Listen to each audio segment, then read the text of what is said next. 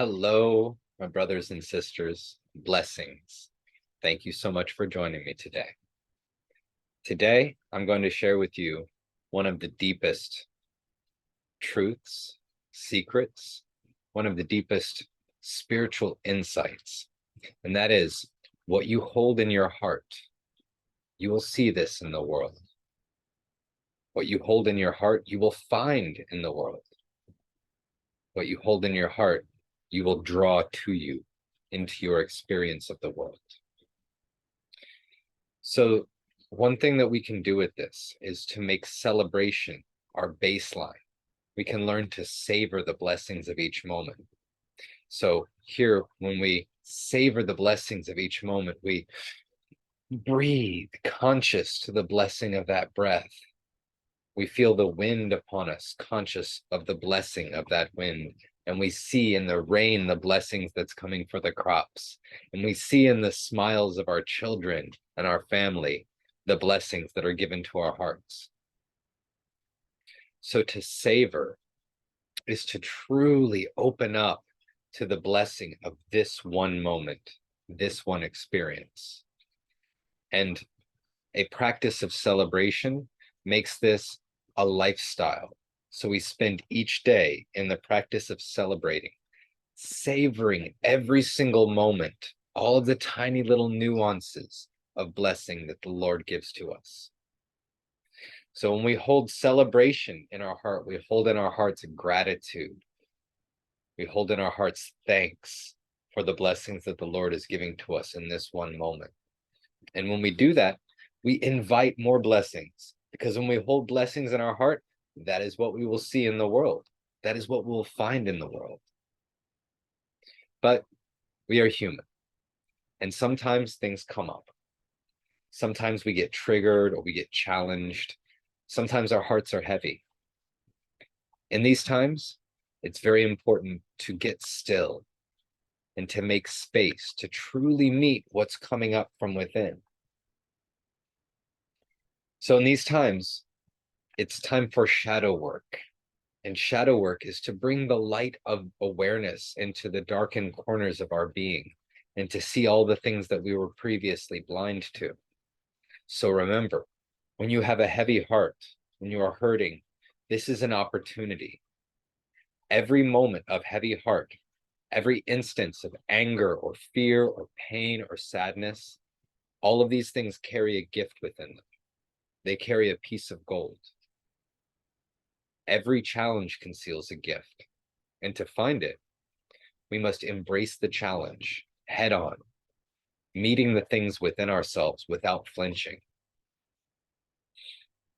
If we try to push away our troubling or painful thoughts, they might be pushed into the darkness. They might be taken away from our eyes now, but they get stronger. They get stronger in the shadows, and they keep coming back in one form or another until we get still and meet them.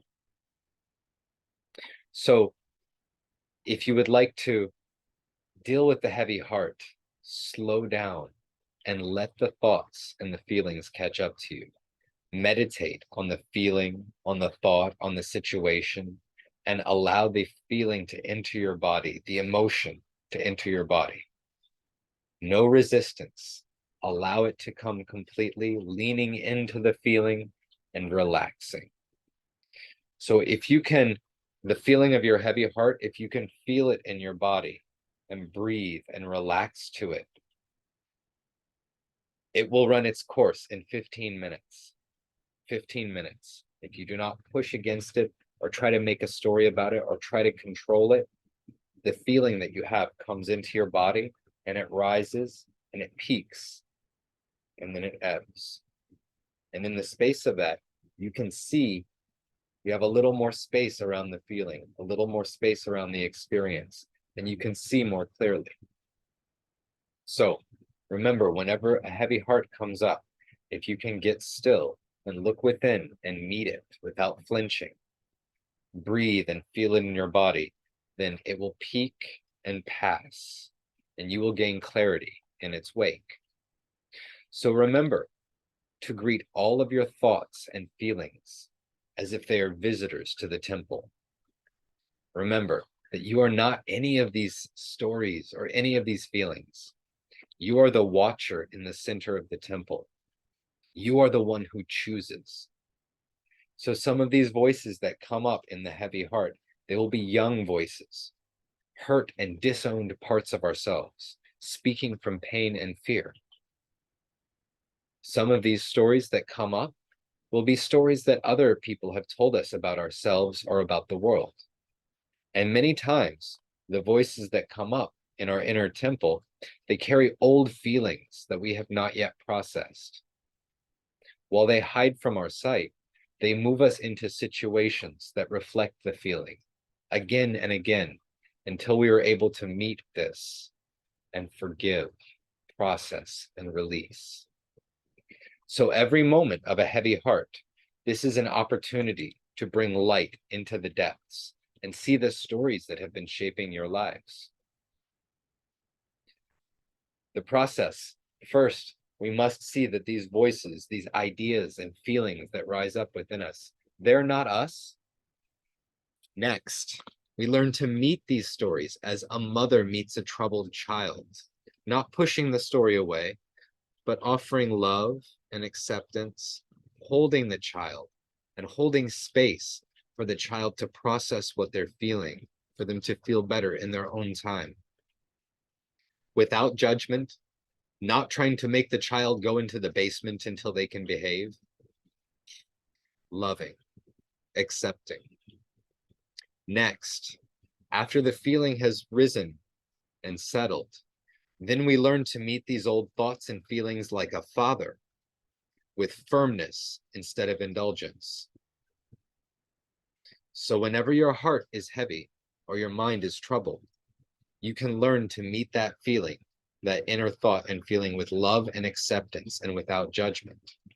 You can learn to not push the thoughts and feelings away, even the troubling ones, because remember, what you resist persists. When you fight something within yourself, you make it stronger and it will keep coming back.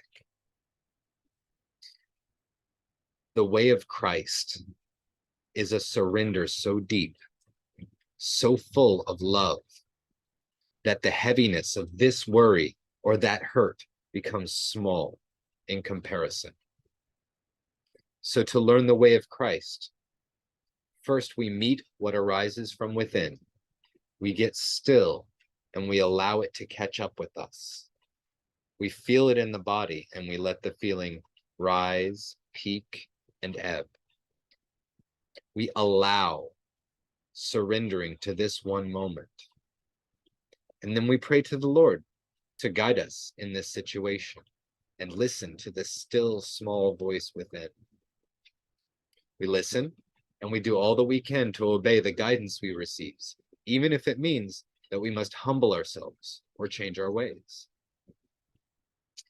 And when the heaviness is lifted from our hearts, then we return to celebration. We return to a savoring of each breath, each connection, each moment of experience.